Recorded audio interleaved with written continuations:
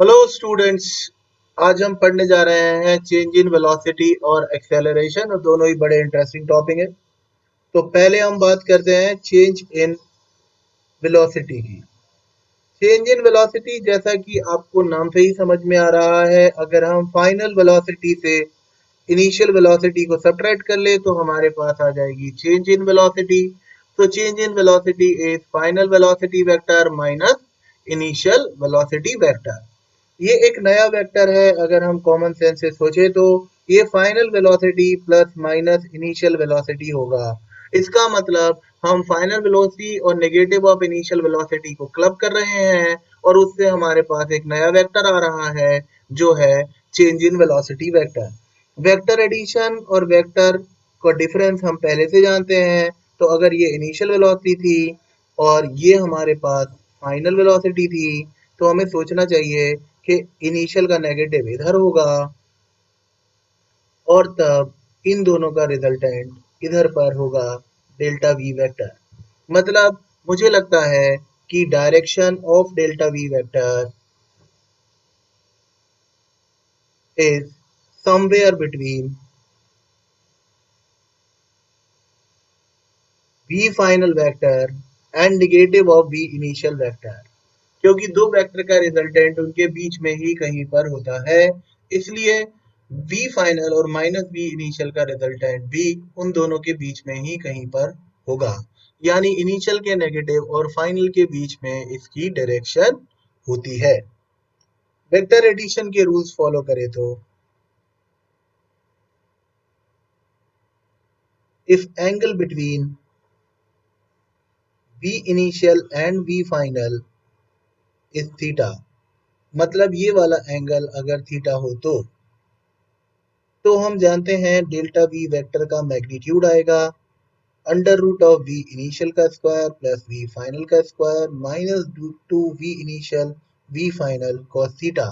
Minus क्यों आया? क्योंकि आप समझते हैं यहाँ थीटा नहीं 180 माइनस थीटा इस्तेमाल किया गया होगा, जो मैं आपको वेक्टर के डिफरेंस को पढ़ाते समय पढ़ा चुका हूँ, जिसकी वजह से यहाँ प्लस की जगह माइनस आ गया होगा। साथ ही साथ हम ये भी जानते हैं कि अगर इनिशियल वेलोसिटी वेक्टर का मैग्नीट्यूड और फाइनल वेलोसिटी वेक्टर का मैग्नीट्यूड सेम हो और मान लें कि वो v है, तो हम जानते हैं कि इक्वल मैग्नीट्यूड के वेक्टर्स का difference 2v sin theta by 2 आएगा। ये हमने वेक्टर से सीख लिया। अब हम थोड़ा सा फिजिक्स के हिसाब से सीखते हैं। मैं मयंक जोशी, मुझे लगता है कि अगर कहीं पर भी लिखा है फिजिक्स में चेंज, तो मुझे लगता है वहां लिखना चाहिए इंजेक्टेड अमाउंट। क्योंकि मुझको लगता है कि अगर कोई भी फिजिकल क्वांटिटी चेंज हो सकती है तो इसका अर्थ है कि हम वो फिजिकल क्वांटिटी में कुछ ऐड कर सकते हैं या सब्ट्रैक्ट कर सकते हैं। There is some sort of mechanism to increase और decrease the physical quantity by adding the same quantity और सब्ट्रैक्टिंग द सेम क्वांटिटी। अगर हम वेलोसिटी को बढ़ा या घटा सकते हैं तो ऐसा मैकेनिज्म नेचर ने अलाउ किया होगा कि आप वेलोसिटी में वेलोसिटी ऐड कर सकते हैं या वेलोसिटी से वेलोसिटी सब्ट्रैक्ट कर सकते हैं। तो मैं बोलता हूँ कि चेंज इन वेलोसिटी और कुछ नहीं है, ऐड की गई वेलोसिटी है, इंजेक्ट की गई वेलोसिटी है। और इसके लिए क्या मैकेनिज्म होता है, यही हमको समझना है। क्योंकि अगर आप बोलते हैं कि v final minus v initial बराबर चेंज इन वेलोसिटी होता है, तो मैं ज्यादा अच्छा समझता हूँ इसे पढ़ना कि फाइनल वेलोसिटी होती है initial velocity plus change in velocity. इसका मतलब इनिशियल वेलोसिटी में अगर मैं कुछ वेलोसिटी ऐड कर दूं तो मेरे पास फाइनल वेलोसिटी आती है। That means when the injected amount of velocity is clubbed together with the initial velocity in vector manner, then what we get is final velocity। मान लीजिए कि मैं इधर जा रहा था और ये मेरी इनिशियल वेलोसिटी थी, पर मेरी इच्छा तो इधर जाने की हो रही थी। भगवान जाने क्यों, हो सकता है मुझे इधर किसी से मिलने जाना हो, तो मैं इधर जाना चाहता था। तो मैं चाहता हूं कि मेरी फाइनल वेलोसिटी इधर हो। अब मैं इस वेलोसिटी को इधर जाते जाते इधर जाने के लिए टर्न कैसे करूं? तो मैं किसी को बोलूंगा ए सुनो एक किक मार दो ना। और अगर कोई मुझे इस तरफ वेलोसिटी इंजेक्ट कर देता है तो इन दोनों का रिजल्टेंट इधर लाया जा सकता है। इस तरह से अगर हम किसी पुरानी वेलोसिटी में कुछ नई वेलोसिटी ऐड कर दें और उसको वेक्टर लॉस का ध्यान रखते हुए ऐड करें, तो ना केवल हम मैग्नीट्यूड को चेंज कर सकते हैं, बल्कि हम वेलोसिटी के डायरेक्शन को भी चेंज कर सकते हैं। जैसे कि मान लीजिए कि आप 3 मीटर पर सेकंड से जा रहे थे, तो आपकी इनिशियल वेलोसिटी 3 आई थी इस तरफ, और आप अपनी स्पीड को बढ़ाकर 5 कर लेना चाहते हैं, डायरेक्शन वही रखना चाहते हैं, तो आप अपनी फाइनल वेलोसिटी 5 चाहते हैं। ये एक बहुत ही सिंपल प्रॉब्लम है। इसमें आप क्या करेंगे कि अपनी वेलोसिटी, अपने पास जो वेलोसिटी है उसमें 2 आई कैप और ऐड कर देंगे। जब आप ये दोनों ऐड कर देंगे तो आपके पास फाइनल वेलोसिटी आ जाएगी 5 आई कैप। जैसे कि समझिए कि अगर कहीं क्रिकेट का मैच चल रहा है, तो क्रिकेट के मैच में बॉलर जिस बॉल को थ्रो करता है, उसके पास कुछ वेलोसिटी होती है, जिसको आप उसकी इनिशियल वेलोसिटी मान सकते हैं। अगर उसे कोई डिस्टर्ब ना करे तो वो इसी तरह सीधे बॉल चली जाएगी। यहाँ कई फील्डर्स होते हैं। बैट्समैन चाहता है कि बॉल को इधर से बाउंड्री लाइन पे भेज दे, यानी वो बॉल की फाइनल स्पीड इधर चाहता है। तो अब उसे इस इनिशियल वेलोसिटी में कुछ वेलोसिटी ऐड करना होती है, इसलिए वो बैट से बॉल को हिट करता है और इस तरफ कहीं इसमें कुछ वेलोसिटी इंजेक्ट कर देता है। इस तरह इनिशियल वेलोसिटी इधर थी, इंजेक्टेड वेलोसिटी इधर थी, लेकिन बॉल गई इधर। और यही गेम है। अगर बैट से बॉल का प्रॉपर कनेक्शन नहीं होगा, रिजल्टेंट को लंबा कंपोनेंट पसंद है, तो अगर डेल्टा वी कम रह जाएगा, तो रिजल्टेंट ज्यादा झुक जाएगा इनिशियल वेलोसिटी की तरफ, और बॉल सही डायरेक्शन में नहीं जाकर किसी फील्डर के पास स्लिप में कैच हो जाएगी। इसीलिए जब फास्ट बॉलर बॉलिंग कर रहा होता है, तो कीपर के पड़ोस में 2 या 3 लोगों को स्लिप में खड़ा कर देते हैं, ताकि बैट्समैन अगर गलती करे, उसकी बैट से बॉल का कांटेक्ट सही नहीं हो, डेल्टा भी कम आए, तो दोनों का रिजल्टेंट भी इनिशियल की तरफ होगा और डेल्टा भी प्रॉपर आएगा, तो जिधर बैट्समैन चाहता है उधर बॉल जाएगी, यानी डेल्टा बी की तरफ। और अगर बैट्समैन इंटेलिजेंट है, तो वो पावर का इस्तेमाल करने की बजाय टाइमिंग का इस्तेमाल करेगा और बॉल में डेल्टा वी उस तरफ डालेगा, ताकि जो इनिशियल वेलोसिटी है और जो डेल्टा वी है, उनका रिजल्टेंट उधर आ जाए जिधर वो बॉल को भेजना चाहता है। ये वो प्रैक्टिस करके सीख सकता है। लेकिन अगर हम सोचें, तो उसने गेंद को मोड़ना चाहा और उसमें स्पीड डालना चाहिए, और दोनों काम को करने के लिए उसने पहले से जो वेलोसिटी बॉलर ने मेहनत करके डाली थी, उसमें कुछ वेलोसिटी इंटेलिजेंट तरीके से ऐड करवा दी, और क्योंकि वेलोसिटीज वेक्टर है, इसलिए रिजल्टेंट आया इनिशियल और इंजेक्टेड के बीच में कहीं पे। नेक्स्ट क्वेश्चन है, a person moves with speed 10 metre per second in each direction, then turns towards right and moves with same speed, find change in velocity. इनका कहना है कि एक इंसान पहले ईस्ट में जा रहा था, फिर राइट टर्न लेकर चलने लगा। अगर हम सोचें, इधर ईस्ट होता है, इधर वेस्ट होता है, इधर नॉर्थ होता है और इधर साउथ होता है, तो ईस्ट के राइट साइड साउथ होता है। तो इनका कहना यह है कि इनिशियल वेलोसिटी जो है वो तो है ईस्ट में, और वो है 10 मीटर पर सेकेंड, मतलब 10 आई कैप, और फाइनल वेलोसिटी है साउथ में, मतलब -10 जे कैप, बिकॉज मैंने इधर माइनस जे लिया होगा, इधर प्लस आई लिया होगा, इधर माइनस आई लिया होगा, इधर प्लस जे लिया। नाउ एक बात मैं कॉमन सेंस से जानता हूँ कि इसका जो भी आंसर आने वाला है, वो फाइनल वेलोसिटी की डायरेक्शन और इनिशियल की नेगेटिव डायरेक्शन के बीच में आने वाला है। तो फाइनल वेलोसिटी है हमारी साउथ में, और इनिशियल है ईस्ट में, ईस्ट का उल्टा होगा वेस्ट, तो फाइनल आंसर साउथ वेस्ट में आने वाला है। अगर 4 ऑप्शन में से एक ही ऑप्शन है जो साउथ वेस्ट में है, तो सवाल करने की जरूरत तो नहीं है। फिर भी अगर हम मैथमेटिकली चले, तो चेंज इन वेलोसिटी वेक्टर मतलब v final vector minus v initial vector होगा, और तब चेंज इन वेलोसिटी वेक्टर बराबर हो जाएगा -10j -10i। अगर हम सर्च करें कि ये वेक्टर कहाँ पर है, तो इसको -j और -i के बीच में कहीं पर होना होगा। और इसलिए ये बीचों बीच में होगा। क्यों? क्योंकि इसका x और y कंपोनेंट सेम है। tan थीटा बराबर y अपॉन x लगाएंगे तो 45 डिग्री ही आएगा, इसलिए ये एग्जैक्टली साउथ वेस्ट में होगा। अगर हम इसके मैग्नीट्यूड की बात करें तो इसका मैग्नीट्यूड होगा अंडर रूट ऑफ 10 का स्क्वायर प्लस 10 का स्क्वायर, मतलब बोले तो 10√2 मीटर पर सेकेंड। डायरेक्शन होगी ड्यू साउथ वेस्ट। फिर हम बात करेंगे एक्सेलरेशन। पूरी काइनेमेटिक्स की प्राण या आत्मा इसी में बचे हुए हैं, यानी एक्सेलरेशन बहुत बहुत बहुत इंपॉर्टेंट टॉपिक है। काइनेमेटिक्स में अगर हमें एक्सेलरेशन की समझ आ गई तो हमें लगभग सब कुछ समझ आ गया। एक्सेलरेशन, इसको डिफाइन कैसे करें? तो एक्सेलरेशन की डेफिनेशन होगी rate of change of velocity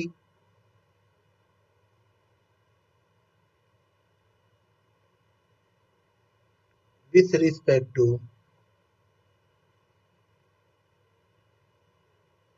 time. That is acceleration मतलब होगा चेंज इन वेलोसिटी वेक्टर, जो मैं आपको पढ़ा ही चुका हूं, अपॉन टाइम। क्योंकि टाइम इंटरवल स्केलर है, change in velocity vector vector है, तो एक्सेलरेशन एक वेक्टर क्वांटिटी होगी और इसकी direction is same as that of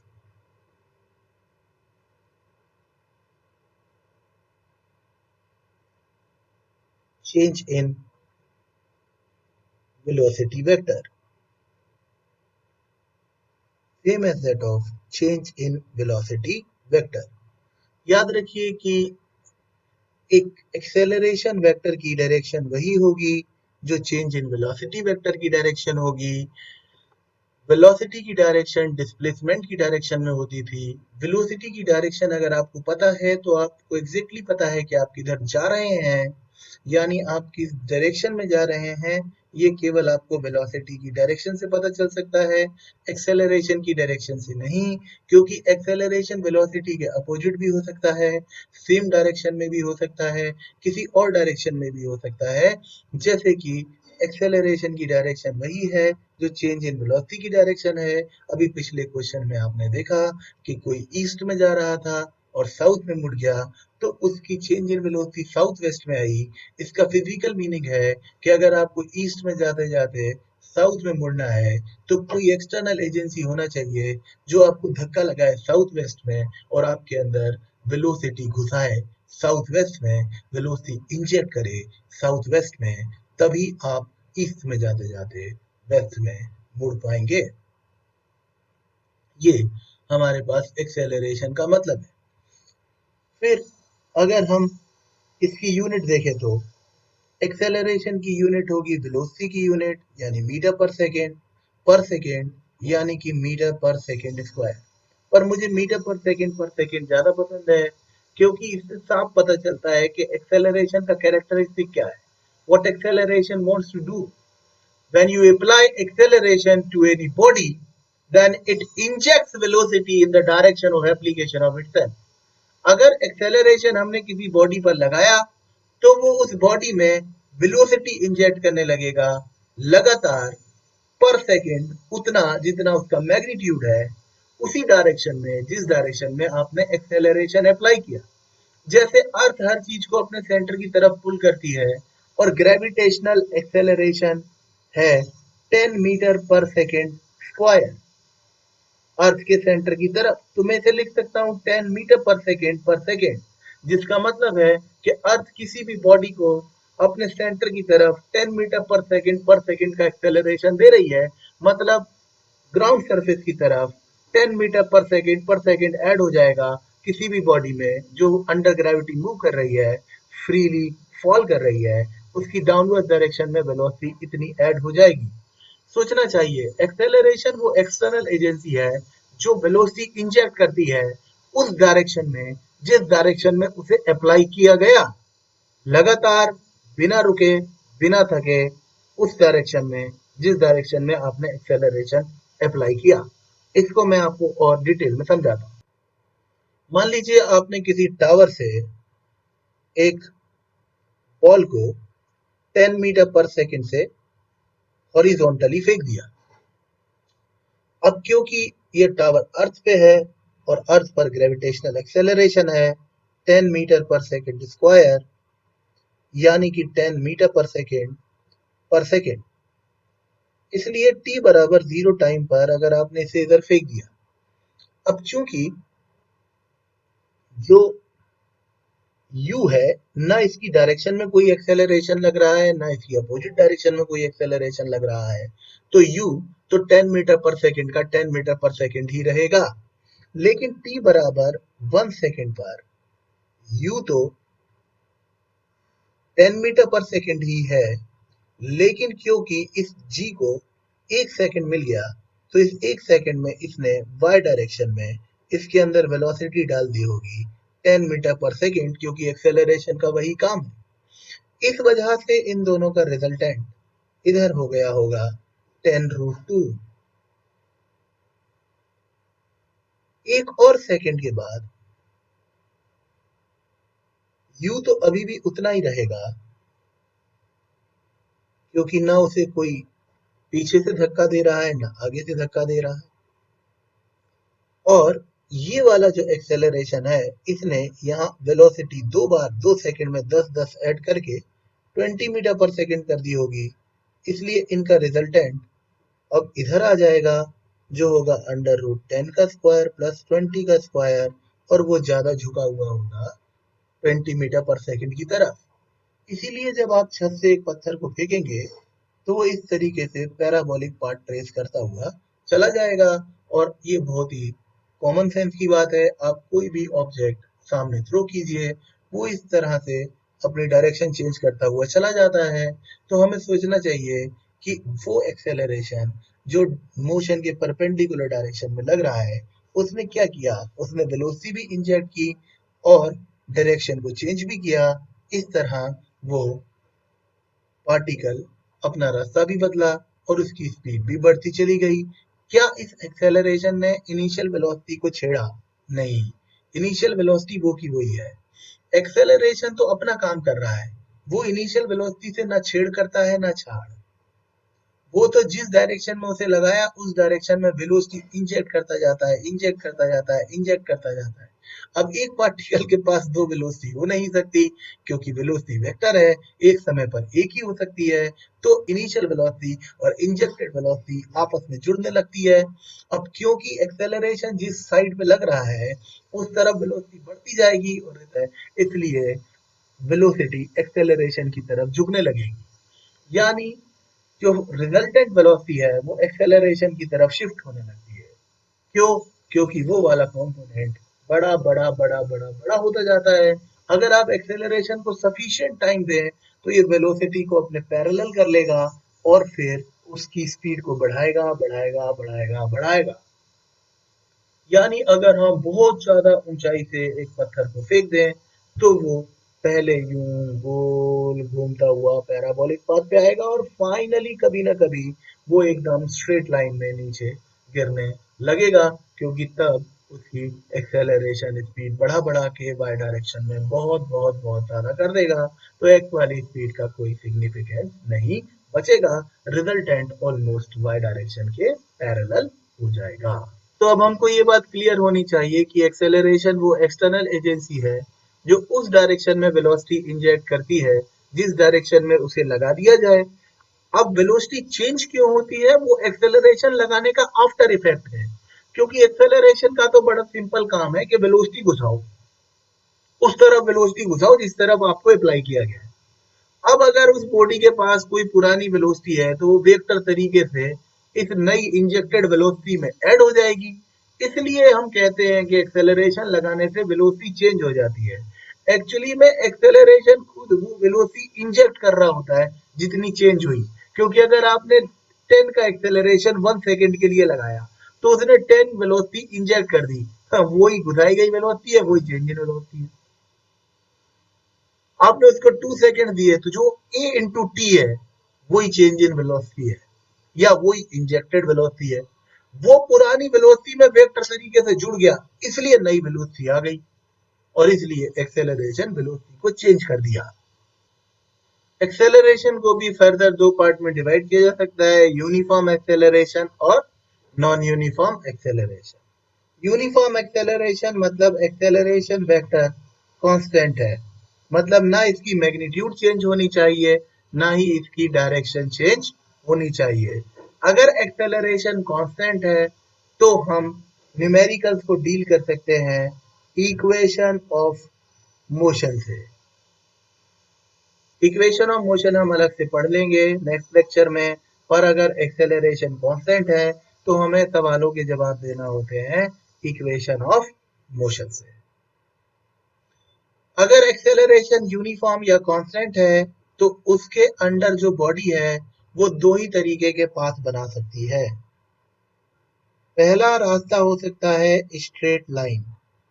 सोचिए, अगर वेलोसिटी वेक्टर ये था और एक्सेलरेशन या तो उसके पैरेलल या वेलोसिटी के साथ एक्सेलरेशन एंटी पैरेलल था, यानी कि angle between velocity vector and acceleration vector या तो जीरो था या 180 था, तो या तो स्पीड बढ़ेगी और या स्पीड कम होगी। ये वाला एक्सेलरेशन जो स्पीड कम कर रहा है वो लंबे टाइम तक लगता रहे तो वो पहले बॉडी को रोक लेगा, फिर उसे वापस उसी डायरेक्शन में चलाने लगेगा तो उसमें यू टर्न हो जाएगा। जैसे एक पत्थर को ऊपर फेंके तो उस पर ग्रेविटेशनल एक्सेलरेशन नीचे लग रहा है, और अगर हमने पत्थर को ऊपर फेंका यानी कि उसकी स्पीड हमने 10 मीटर पर सेकंड रख ली और ये 10 मीटर पर सेकंड स्क्वायर का एक्सेलरेशन था, तो 10 मीटर पर सेकंड इसमें थी, एक सेकंड में ये इसमें नीचे की तरफ 10 मीटर पर सेकंड घुसा देगा, तो ऊपर की तरफ 10 मीटर पर सेकंड और नीचे की तरफ 10 मीटर पर सेकंड। आफ्टर 1 सेकंड इसके पास कोई वेलोसिटी नहीं बचेगी और फिर ये यू टर्न मार के वापिस आएगा और एक सेकंड बाद इसकी वेलोसिटी दोबारा से नीचे की तरफ 10 मीटर पर सेकंड हो जाएगी। मतलब एक्सेलरेशन अगर अपोजिट डायरेक्शन में लगे और उसे अपन सफिशिएंट टाइम दें तो वो पहले बॉडी को रोकेगा और रोक कर उसे वापस चलाएगा। इस तरह बॉडी में यू टर्न हो सकता है। लेकिन अगर 0 और 180 के अलावा और कोई एंगल हो तो रास्ता बनेगा पैराबोला।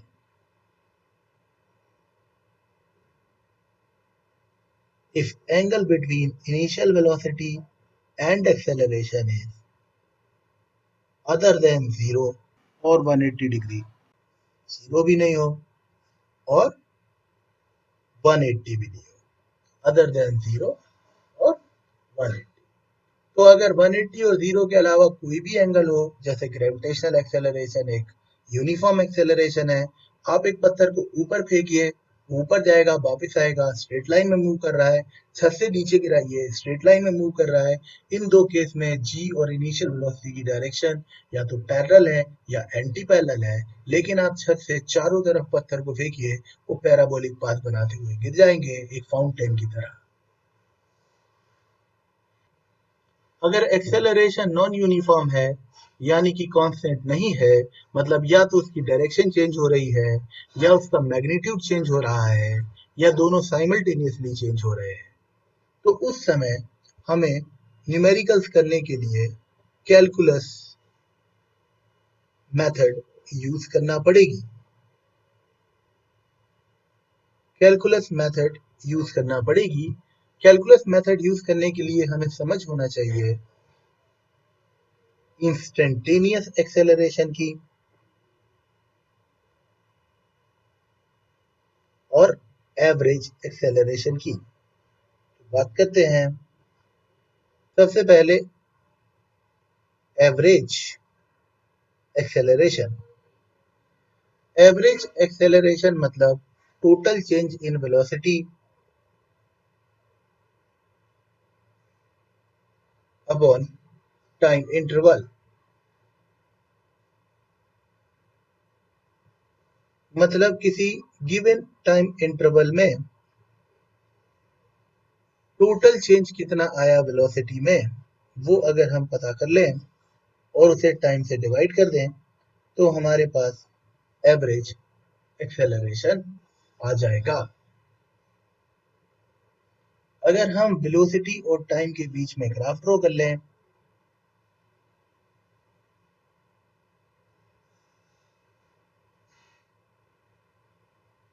और उनके बीच में ग्राफ कुछ ऐसा आ गया। ये पॉइंट ए है जहां ये इनिशियल वेलोसिटी है टाइम t1 पर। ये पॉइंट बी है जहां ये फाइनल वेलोसिटी है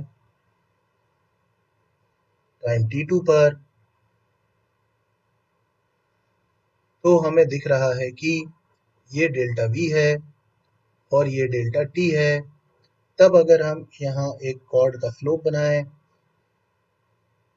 तो इस कॉर्ड का जो स्लोप है वो delta v upon delta t दे रहा होगा।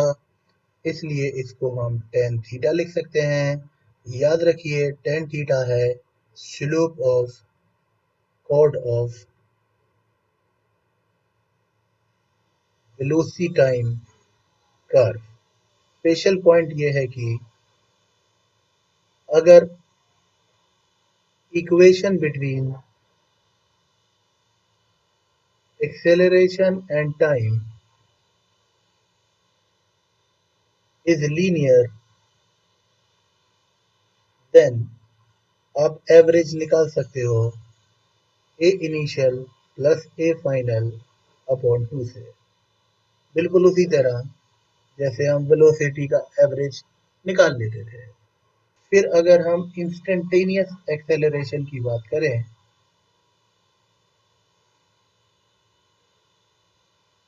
तो इंस्टेंटेनियस एक्सेलरेशन मतलब acceleration at any instant of time. जैसे हमने इंस्टेंटेनियस वेलोसिटी देखी थी। मैंने आपको बताया था कि इंस्टेंटेनियस वैल्यू एवरेज की होती है, लेकिन वो बहुत छोटे टाइम में लिया गया एवरेज होता है। इसलिए हम इसे limit delta T tends to zero कर दें तो ये हमारे पास इंस्टेंटेनियस एक्सेलरेशन आ जाएगा। इसी को हम डिफरेंशिएशन भी बोलते हैं। इसलिए ये हो गया हमारे पास d we vector upon D T.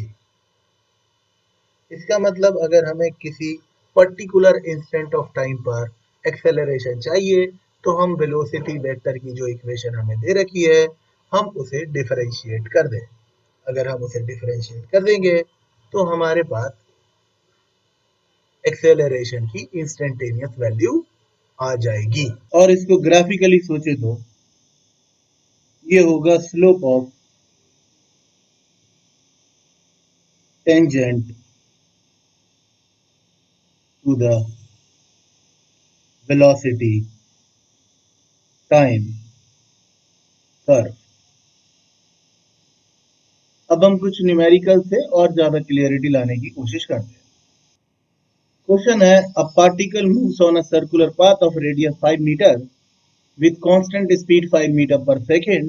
Find average acceleration when it complete half revolution. समझो कि ये एक सर्कल है जिसकी रेडियस 5 मीटर है। अब अगर एक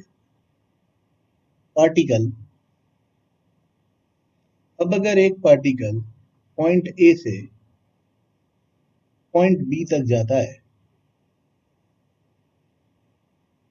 जो डायमेट्रिकली ऑपोजिट पॉइंट है और ए पर इसकी कुछ वेलोसिटी है v1 वेक्टर और बी पर इसकी कुछ वेलोसिटी है v2 वेक्टर।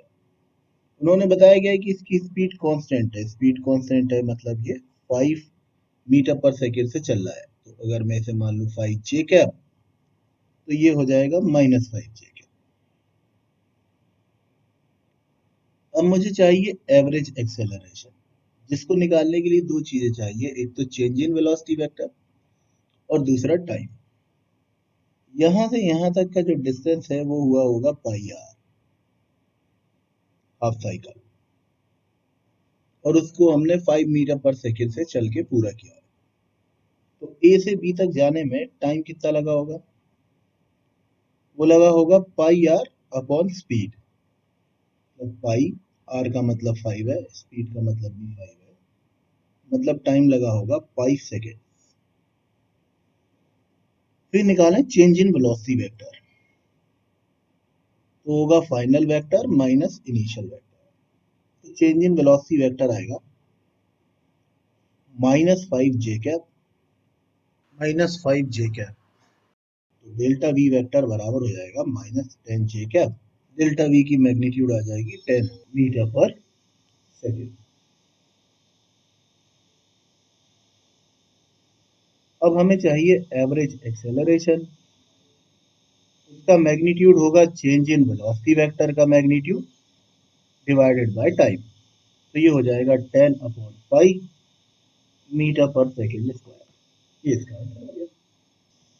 नेक्स्ट क्वेश्चन है, if velocity vector is equal to 3t I cap plus 4t square j cap, then find value of velocity and acceleration at t is equal to 1 second and t is equal to 2 second। अब ये instantaneous velocity पूछ रहा है और instantaneous acceleration पूछ रहा है, क्योंकि t बराबर 1 और 2 सेकेंड पर पूछ रहा है।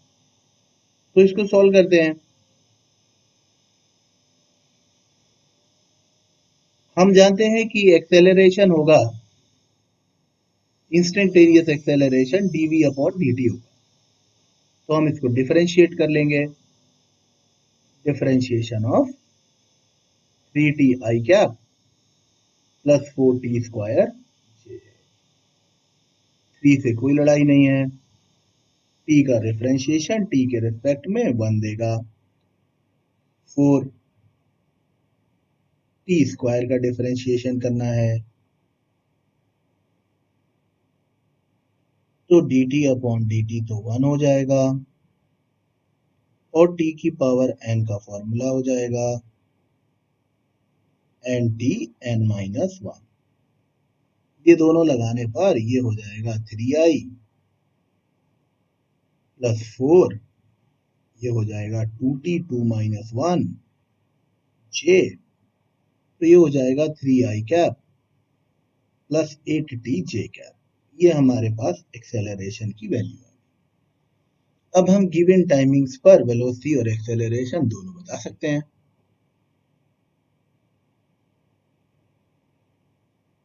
तो अगर हम टाइम ले लें t is equal to 1 second, velocity की इक्वेशन में रख दें।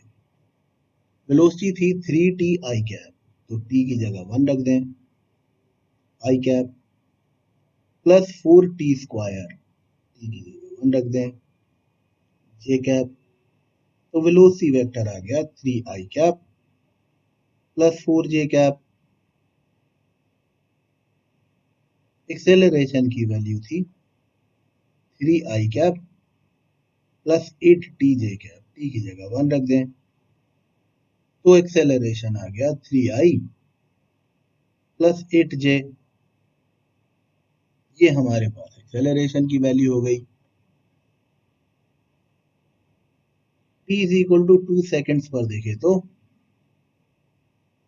v बराबर 3t, t की जगह 2 रख दें, i plus 4t square j square j, तो ये हो गया हमारे पास 6i प्लस 16j।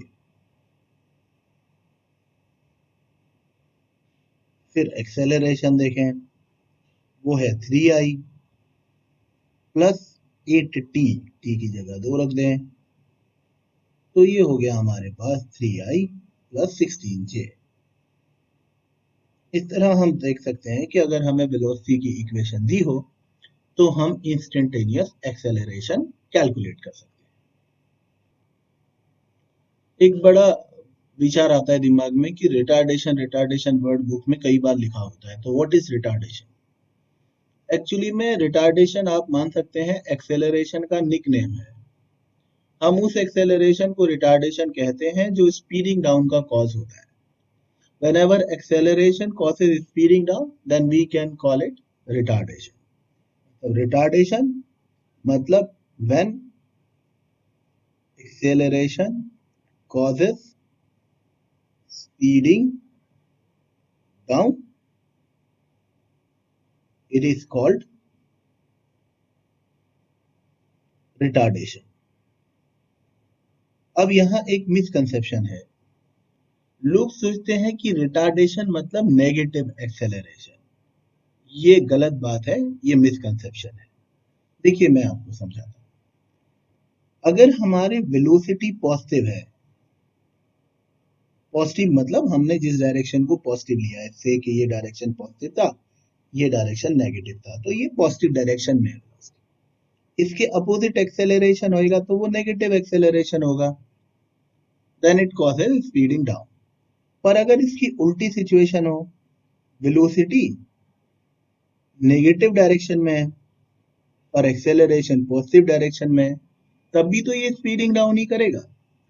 तो इससे फर्क नहीं पड़ता कि एक्सेलरेशन नेगेटिव है या एक्सेलरेशन पॉजिटिव है। If angle between velocity vector and acceleration vector is 180, that is v vector is anti-parallel to a vector, then it causes speeding down। तो बुक्स में मिसकंसेप्शन ये है कि वहां लिखा रहता है नेगेटिव एक्सेलरेशन मतलब retardation. Negative acceleration with respect to velocity is called retardation, मतलब जिधर वेलोसिटी है उसके अपोजिट एक्सेलरेशन होना चाहिए। एक्सेलरेशन प्लस का है कि माइनस का है उससे मुझे ज्यादा मतलब नहीं है, मेरे को मतलब इस बात से है कि वो वेलोसिटी की डायरेक्शन में है या वेलोसिटी की ऑपोजिट डायरेक्शन में है। अब देखिए कि हम एक्सेलरेशन को रिप्रेजेंट करते हैं वेलोसिटी वेक्टर के डिफरेंशिएशन से। अगर हमें कहीं दिखाना हो मैग्नीट्यूड ऑफ एक्सेलरेशन तो हम ए का मैग्नीट्यूड लेंगे, तो हमें इस पूरे टर्म का मैग्नीट्यूड लेना पड़ेगा। तो अगर हमें dv वेक्टर अपॉन dt पूरे टर्म का मैग्नीट्यूड लेके दिखाया गया है तो वो एक्सेलरेशन का मैग्नीट्यूड है। पर अब यहाँ दो ऐसे क्वेश्चन आते हैं जो परेशान करते हैं। एक होता है dv वेक्टर के मैग्नीट्यूड का डिफरेंशिएशन, यानी v वेक्टर के मैग्नीट्यूड का डिफरेंशिएशन। इसको कहते हैं rate of change of speed. क्योंकि ये जो v वेक्टर का मैग्नीट्यूड है ये इंस्टेंटेनियस स्पीड है और आप स्पीड का डिफरेंशिएशन कर रहे हैं, यानी ये एक्सेलरेशन का वो कंपोनेंट है जो स्पीड को गवर्न कर रहा है। इसको थोड़ा बेहतर समझते हैं। अगर मान लीजिए ये हमारे पास वेलोसिटी वेक्टर और ये हमारे पास एक्सेलरेशन वेक्टर, तो हम इस एक्सेलरेशन के दो कंपोनेंट कर सकते हैं जैसा हमने वेक्टर अलजेब्रा में सीखा था। एक तो हो सकता है इसका वो कंपोनेंट जो वेलोसिटी के पैरेलल है और एक जो परपेंडिकुलर है। जो परपेंडिकुलर है वो केवल डायरेक्शन को गवर्न कर रहा होगा, लेकिन जो पैरेलल है वो मैग्नीट्यूड ऑफ वेलोसिटी को यानी स्पीड को गवर्न कर रहा होगा। यानी कि v वेक्टर के मैग्नीट्यूड का डिफरेंशिएशन अगर कहीं लिखा है तो वो है ए पैरेलल, यानी component of acceleration in the direction of velocity vector।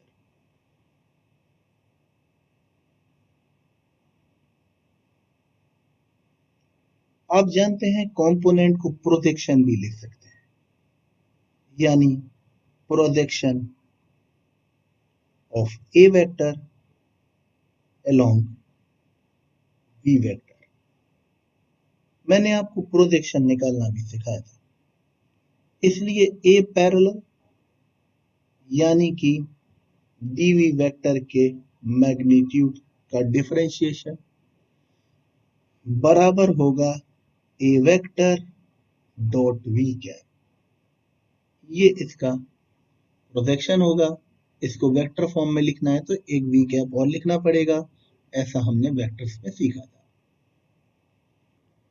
Next question है position vector of a particle in motion is given by r vector is equal to ti cap plus half t square j cap plus tk cap, then find as a function of time number 1 velocity, number 2 speed, number 3 acceleration, number 4 magnitude of acceleration, number 5 rate of change of speed, and number 6 magnitude of component of acceleration perpendicular to the direction of velocity।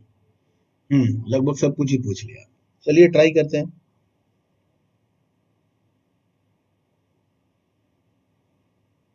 तो हमको position vector दिया गया है T I cap plus half T square J cap plus t के cap. Velocity vector पहला velocity चाहिए तो वो होगा D R upon D T, उसको डिफरेंशिएट करेंगे T i plus half T square j plus t के को हम डिफरेंशिएट कर रहे हैं। D T upon D T 1 हो जाएगा तो वहां आई बचेगा प्लस हाफ टी स्क्वायर का हो जाएगा 2t 2 माइनस 1 मतलब 2t की पावर 1 6 टी का फिर 1 हो जाएगा के, तो वेलोसिटी वेक्टर आ जाएगा अपने पास आई प्लस टी जे प्लस के। तो आप टाइम की कोई भी वैल्यू यहाँ डाल के उस टाइम पर वेलोसिटी निकाल सकते हैं। अब हमें चाहिए इंस्टेंटेनियस स्पीड। मैंने आपको पढ़ाया था इंस्टेंटेनियस वेलोसिटी के मैग्नीट्यूड को ही इंस्टेंटेनियस स्पीड माना जा सकता है, तो हमें इसका मैग्नीट्यूड निकाल लेना चाहिए। तो इसका मैग्नीट्यूड आएगा 1 का स्क्वायर प्लस टी का स्क्वायर प्लस 1 का स्क्वायर, तो ये हो जाएगा हमारे पास under root of 2 plus t का स्क्वायर। इसमें टी की अलग अलग वैल्यू डालें तो अलग अलग टाइमिंग पर स्पीड आ सकती है। ठीक है, फिर चाहिए एक्सेलरेशन।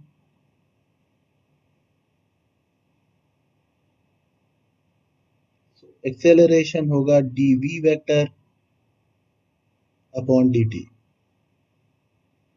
ये हो गया D upon D T I cap plus T J cap plus के कैप। डिफरेंशिएट कर दिया, ये 0 हो गया, ये जे हो गया, ये 0 हो गया, तो ये हमारे पास आ गया जे कैप।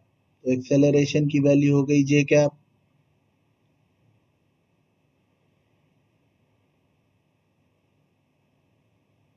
अब हमसे कह रहे हैं कि हम निकाल दें मैग्नीट्यूड ऑफ एक्सेलरेशन। ठीक है, मैग्नीट्यूड ऑफ एक्सेलरेशन, एक्सेलरेशन का मैग्नीट्यूड मतलब जे कैप का मैग्नीट्यूड मतलब 1।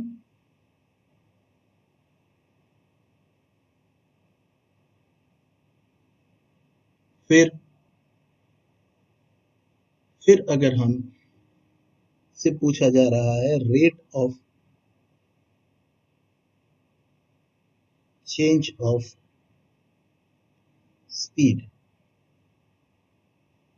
इसको हम दो तरीके से कर सकते हैं। या तो हम प्रोजेक्शन वाले मेथड से कर लें या वर्ड टू वर्ड मीनिंग से कर लें। हमने स्पीड का मैग्नीट्यूड देखा था, वो आया था under root 2 plus T square. अब अगर हम इसको डिफरेंशिएट कर दें तो भी हमारे पास rate of change of speed आ जाएगी, क्योंकि स्पीड का ही डिफरेंशिएशन तो rate of change of speed है। तो हमने इसको डिफरेंशिएट कर दिया 2 प्लस टी का स्क्वायर की पावर 1/2, क्योंकि हम फॉर्मूला जानते हैं टी की पावर n का एन टी एन माइनस 1, पर यहाँ तो ये सब कुछ लिखा हुआ है, तो इस सब कुछ को 2 मिनट के लिए टी मान लिया, यही इसे करने का तरीका है। तो ये हो गया हाफ 2 प्लस टी का स्क्वायर पावर हाफ माइनस 1। लेकिन ये तो गलत बात है, यहाँ तो टी होना चाहिए था, तो हम जिसको टी माने थे उसके डिफरेंशिएशन से मल्टीप्लाई कर देते हैं। यही डिफरेंशिएट करने का तरीका है फंक्शन ऑफ फंक्शन डिफरेंशिएशन।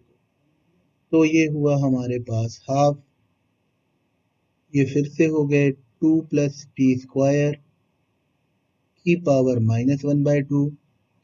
अंदर 2 कांस्टेंट है, उसका डिफरेंशिएशन 0 हो गया, ये 2t हो गया।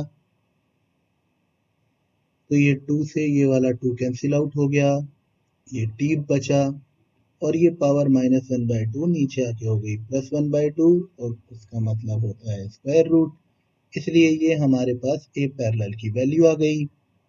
ये तरीका हुआ डिफरेंशिएशन वाला। अब मान लीजिए हमारा डिफरेंशिएशन कमजोर है तो हम प्रोजेक्शन वाले तरीके से भी निकाल सकते हैं। तो ये तो था इसको करने का मेथड नंबर 1। अब मैं इसको मेथड नंबर 2 से कर देता हूं।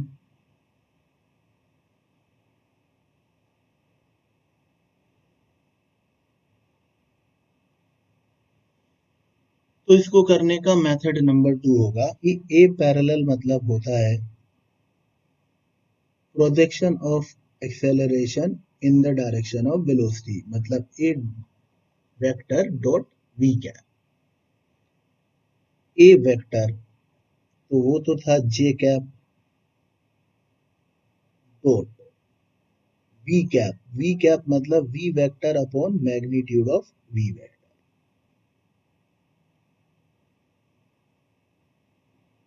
वी वेक्टर था i cap plus T J cap plus के कैप और v का मैग्नीट्यूड हमने निकाला था square root of 2 plus T square. J का आई में करेंगे 0, जे का के में करेंगे 0, जे का जे में करेंगे 1, तो ये हो जाएगा t upon root 2 plus T square. ये हमारे पास ए पैरेलल आ गया और ये ही हमारे डिफरेंशिएशन से आया था, देख सकते हैं। यही डिफरेंशिएशन से आया था और ये प्रोजेक्शन मेथड से आ गया। फिर हमको वो कंपोनेंट ऑफ एक्सेलरेशन चाहिए जो वेलोसिटी के परपेंडिकुलर है, ठीक है। वैसे तो एग्जाम में हम चेक भी कर सकते हैं डॉट प्रोडक्ट करा के, वेलोसिटी वेक्टर से आंसर का डॉट प्रोडक्ट करा के, जिसके साथ डॉट प्रोडक्ट 0 आए वही परपेंडिकुलर होगा। पर बाई चांस अगर हमें कैलकुलेट ही करना है तो समझिए कि ये हमारे पास एक्सेलरेशन था, ये हमारे पास वेलोसिटी थी, तो ये होगा परपेंडिकुलर कंपोनेंट ऑफ एक्सेलरेशन और ये होगा पैरेलल कंपोनेंट ऑफ एक्सेलरेशन। मतलब आप मान सकते हैं कि एक्सेलरेशन मिलकर बना है उसके परपेंडिकुलर कंपोनेंट से और पैरेलल कंपोनेंट। हमें ये दोनों पता है, इसलिए परपेंडिकुलर कंपोनेंट हो जाएगा टोटल एक्सेलरेशन में से parallel component of acceleration subtract करने पर। लेकिन अब इसके लिए हमें पैरेलल कंपोनेंट चाहिए वेक्टर फॉर्म, ये एक प्रॉब्लम है। क्योंकि अभी हमें जो पैरेलल कंपोनेंट पता है वो उसका मैग्नीट्यूड पता है हमें, जो हमने A vector dot we cap से निकाला था, जिसकी आंसर है हमारे पास t upon under root 2 plus T square. अगर हम इसको वेक्टर फॉर्म में लिखना चाहते हैं तो हमें लिखना पड़ेगा a vector dot we cap into v cap, इसलिए ये हो जाएगा हमारे पास t upon square root of 2 plus T square और वी कैप की वैल्यू जो होगी i plus T j plus k divided by root of 2 plus T square.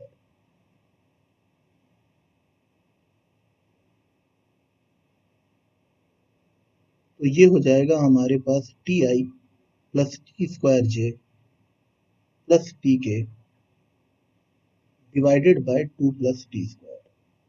ये हमारे पास ए पैरेलल वेक्टर की वैल्यू होगी। अब अगर हमें ए परपेंडिकुलर निकालना है तो ए वेक्टर का मतलब था जे कैप, इसमें से ए पैरेलल जो कि हमने यहाँ निकाला है ये सब्ट्रैक्ट करना पड़ेगा, तो हमें t i plus T square j plus t k upon 2 plus T square subtract करना पड़ेगा। यही ए परपेंडिकुलर वेक्टर का आंसर होगा। हम चाहें तो इसे और भी रिड्यूस कर सकते हैं। अगर हम सिर्फ ए परपेंडिकुलर का मैग्नीट्यूड निकालना चाहते तो वो और आसान होता, क्योंकि ये ए वेक्टर ए पैरेलल वेक्टर और ए परपेंडिकुलर वेक्टर के सम से मिलकर बना। अब इसका मैग्नीट्यूड हो सकता है अंडर रूट ए पैरेलल का स्क्वायर प्लस ए परपेंडिकुलर का स्क्वायर, मतलब ए स्क्वायर बराबर हो जाएगा ए पैरेलल का स्क्वायर प्लस ए परपेंडिकुलर का स्क्वायर। तो ए परपेंडिकुलर का स्क्वायर हो जाएगा A square minus A parallel का स्क्वायर। ए स्क्वायर मतलब 1 का स्क्वायर, ए पैरेलल मतलब T upon square root of 2 plus T square का स्क्वायर। तो ये हो जाएगा हमारे पास एलसीएम लेने पर 2 plus T square minus T square upon 2 plus T square, ये ए परपेंडिकुलर का स्क्वायर है। तो अगर हम ए परपेंडिकुलर निकालें तो टी स्क्वायर तो खत्म हो गए, तो ये हो जाएगा root 2 upon 2 plus T square. अब ये under root of 2 plus T square. अब ये हमें समझदारी रखना पड़ेगी कि हमें आंसर देखना पड़ेगा वहाँ कि भाई हमसे स्केलर में वैल्यू पूछी है या वेक्टर में पूछी है, तो उसी मेथडोलॉजी से आगे बढ़ जाएंगे। एग्जाम में इतने बड़े क्वेश्चन नहीं आते हैं, मैंने तो आपको सारी चीजें सिखलाने के लिए एक ही क्वेश्चन में सारी चीजें बता दी। वहाँ कोई एक पर्टिकुलर चीज पूछते हैं, जैसे छोटे छोटे क्वेश्चन अब मैं आगे करा रहा हूँ। नेक्स्ट क्वेश्चन है, if instantaneous velocity and acceleration of a particle given by these equations, find out rate of change of speed at that instant in vector form. Okay, solve करते हैं। अब क्योंकि हमें मतलब पता है rate of change of speed का, इसलिए परेशानी नहीं है, नहीं तो ये क्वेश्चन खतरनाक है, देखकर समझ ही ना आए पूछ क्या रहे हैं। हमें ए पैरेलल चाहिए वेक्टर फॉर्म में, अगर स्केलर चाहिए होता तो ए वेक्टर डॉट वी कैप करते। यहाँ हम वेक्टर फॉर्म चाहिए हमें, यहाँ हमें वेक्टर फॉर्म चाहिए, इसलिए वी कैप से और मल्टीप्लाई करना पड़ेगा। सोचिए ध्यान से, यहाँ वेलोसिटी की इंस्टेंटेनियस वैल्यू दी गई है, टाइम वेरिंग वैल्यू नहीं दी गई, इसलिए आप इसमें डिफरेंशिएशन वाला मेथड यूज कर ही नहीं सकते। इसलिए आपको क्वेश्चन देखकर ये तय करना पड़ेगा कि आप क्या यूज कर पाएंगे, क्या यूज नहीं कर पाएंगे। ठीक है, तो फिर यहाँ पर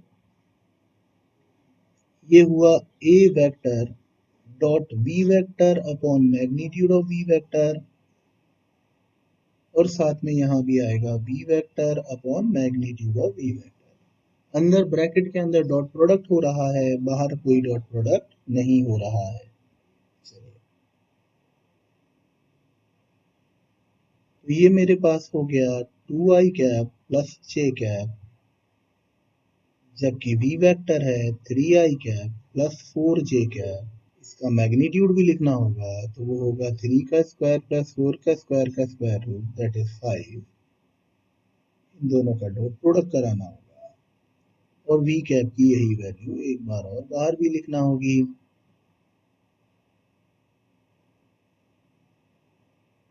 डॉट प्रोडक्ट कराने पर i डॉट i1 के हिसाब से 3 इंटू 2 6, j डॉट j1 के हिसाब से 4, और नीचे वाले टर्म्स का प्रोडक्ट होने पर ये हो गए 5 इंटू 5, और यहाँ लिखा हुआ है 3i प्लस 4j।